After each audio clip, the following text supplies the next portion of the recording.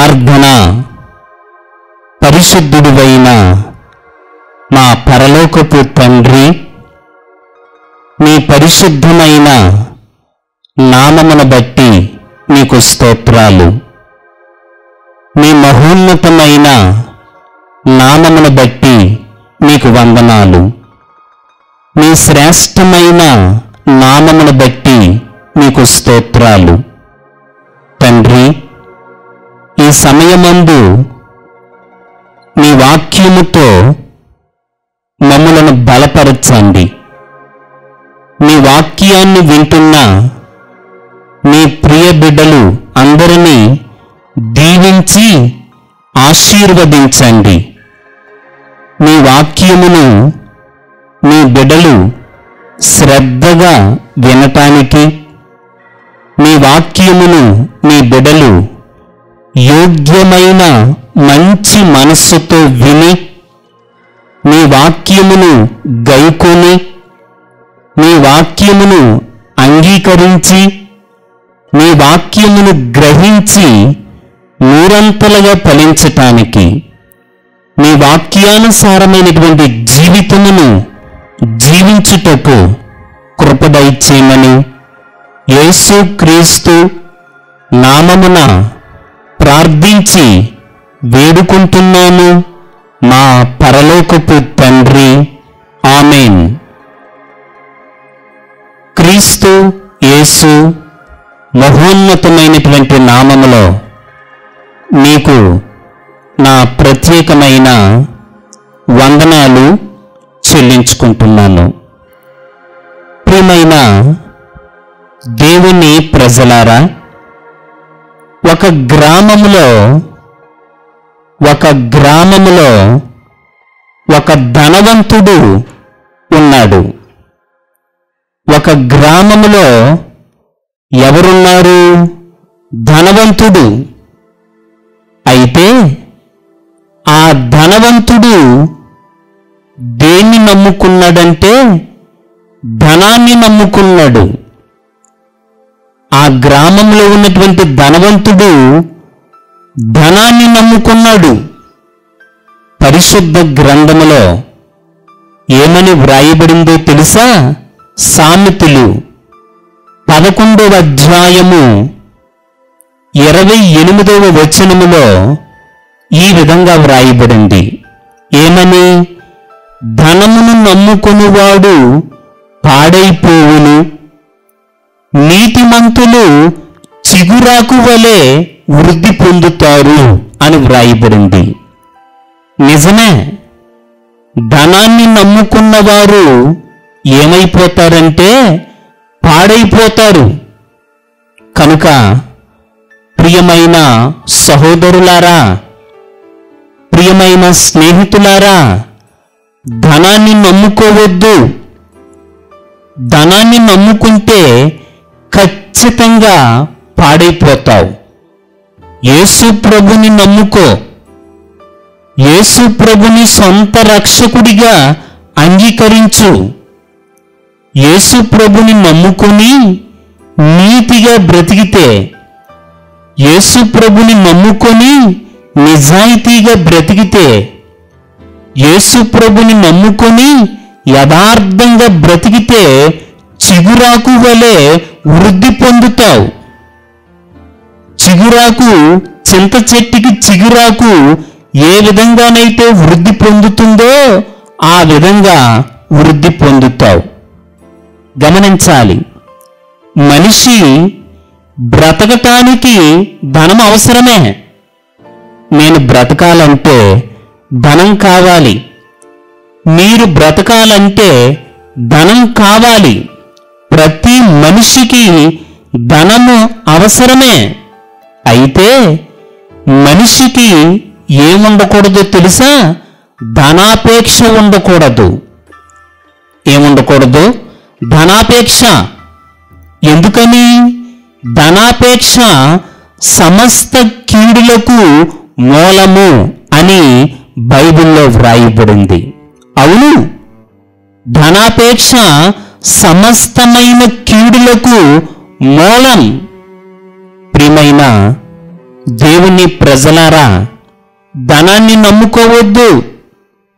ధనము నీకు కీడును కలుగు చేస్తుంది కనుక ధనాన్ని నమ్ముకోవద్దు, యేసు ప్రభుని నమ్ముకో.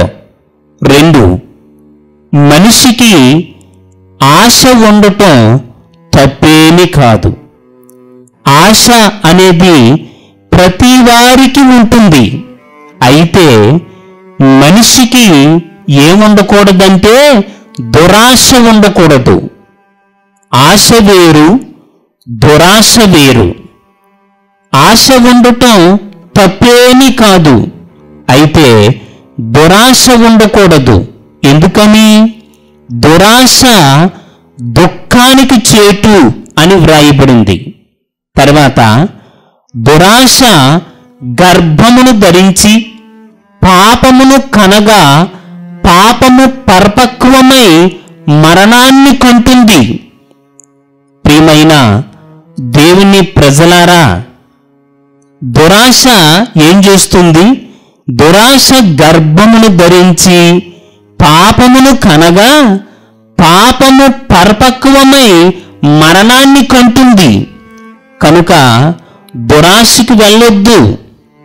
ఉన్నదానితో తృప్తి చెందు. ఉన్నదానితో తృప్తి చెందు. నీ దగ్గర లేకపోతే కష్టపడి సంపాదించుకో. అంతేకాని పొరుగువారిది ఏది ఆశించొద్దు. పొరుగువారిది ₹1 కూడా ఆశించకూడదు. ఉన్నదానితో తృప్తి చెందాలి. మన దగ్గర లేకపోతే కష్టపడి సంపాదించుకోవాలి. ఒకరోజు ఏం జరిగిందంటే, ఒక తండ్రి తన కుమార్తెకు వివాహము చెయ్యాలి అని అనుకున్నాడు. ఏం చెయ్యాలనుకున్నాడు? వివాహం చెయ్యాలనుకున్నాడు. ఇది మంచి ఆలోచన, చెడ్డ ఆలోచన? చెప్పండి మీరు. మంచి ఆలోచన, చెడ్డ ఆలోచన? మంచి ఆలోచన. ఆ తండ్రి తన కుమార్తెకు వివాహం చెయ్యాలనుకుంటున్నాడు. అయితే వివాహం చెయ్యాలంటే ముఖ్యముగా ఏముండాలి? డబ్బు ఉండాలి. కనుక ఆ తండ్రి ఏం చేశాడంటే బ్యాంకుకి వెళ్ళాడు. ఎక్కడికి వెళ్ళాడు?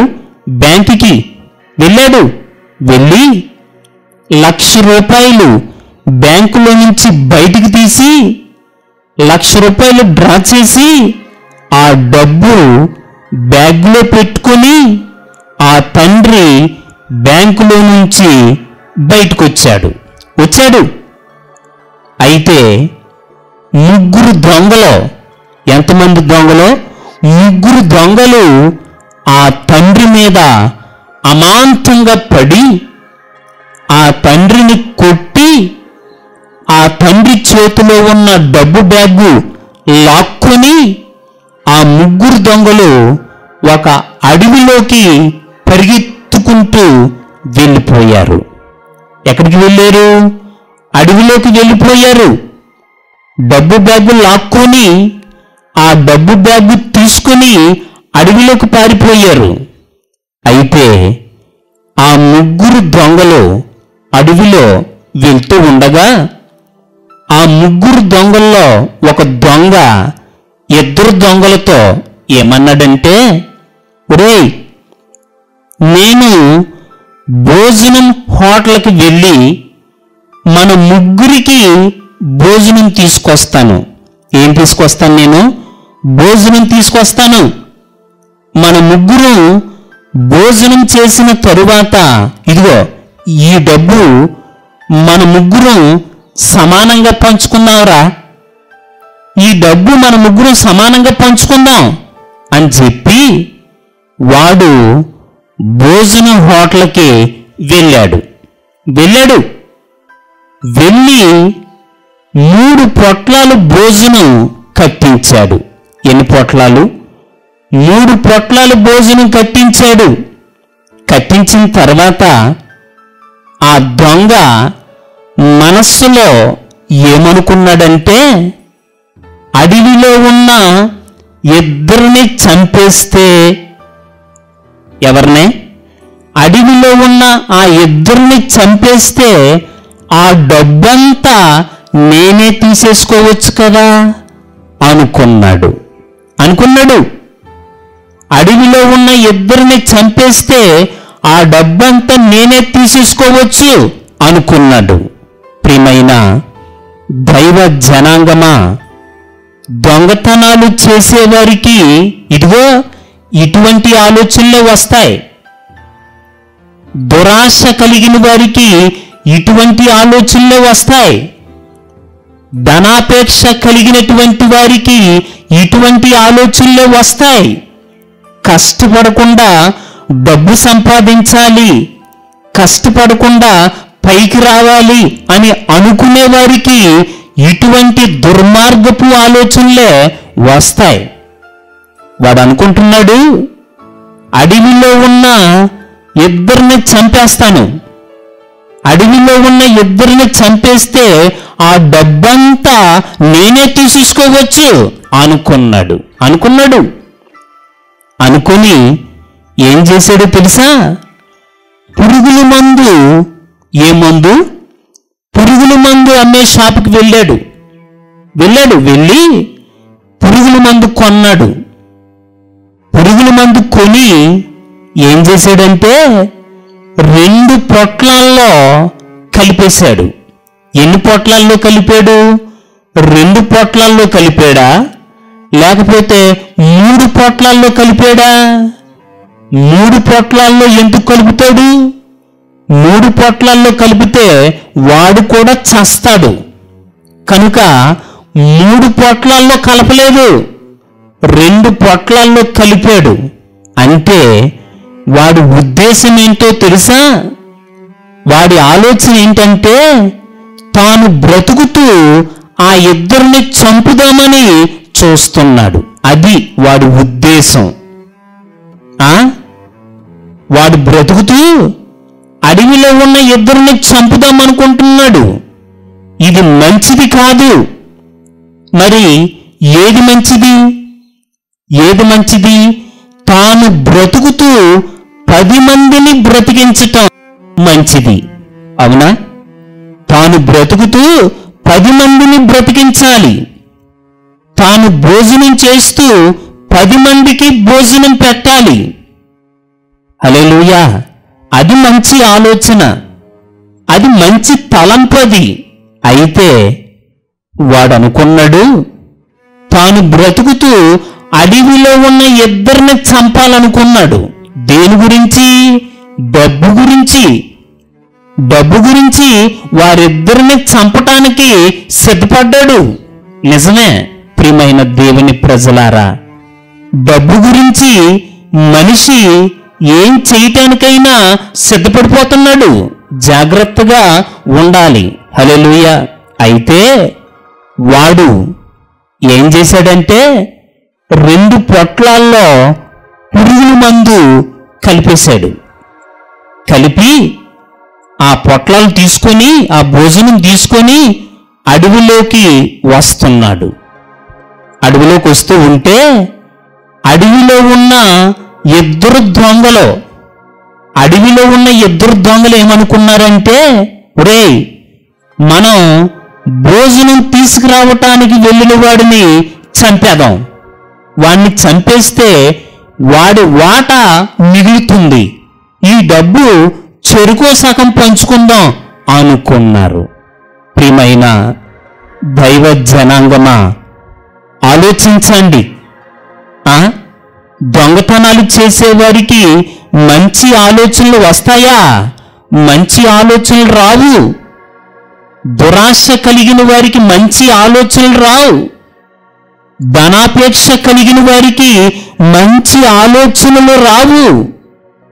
కష్టపడకుండా డబ్బు సంపాదించి పైకి రావాలి అని అనుకునే వారికి మంచి ఆలోచనలు రావు.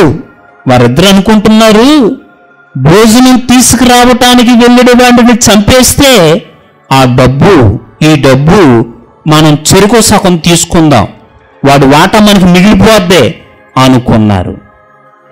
అనుకొని 2 కర్రలు సిద్ధం చేశారు. ఎన్ని కర్రలు?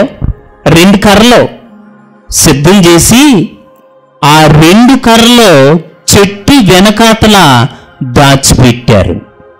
దాచిపెట్టిన తర్వాత ఏం జరిగిందో తెలుసా? భోజనం తీసుకురావటానికి వెళ్ళిన వాడు భోజనం ప్యాకెట్లు తీసుకొని అడవిలోకి వచ్చాడు. వచ్చి పురుగుల మందు కలిపిన ఆ 2 పొట్లాలు వారిద్దరికి ఇచ్చాడు. ఇచ్చి తానొక పొట్లం తీసుకొని కూర్చొని భోజనం చేస్తున్నాడు. చప్పుడు చేయకుండా భోజనం చేస్తున్నాడు. ప్రియమైన దేవుని ప్రజలారా, వాడు భోజనం చేస్తూ ఉంటే ఆ 2 దొంగలు వాడితో ఏమన్నారంటే, ఒరేయ్, మేము చెయ్యి కడుక్కొని ఇప్పుడే వస్తాంరా అని చెప్పి ఆ 2 దొంగలు వెళ్ళారు. ఎక్కడికి వెళ్ళారు? చేతులు కడుక్కోవటానికి వెళ్ళారా?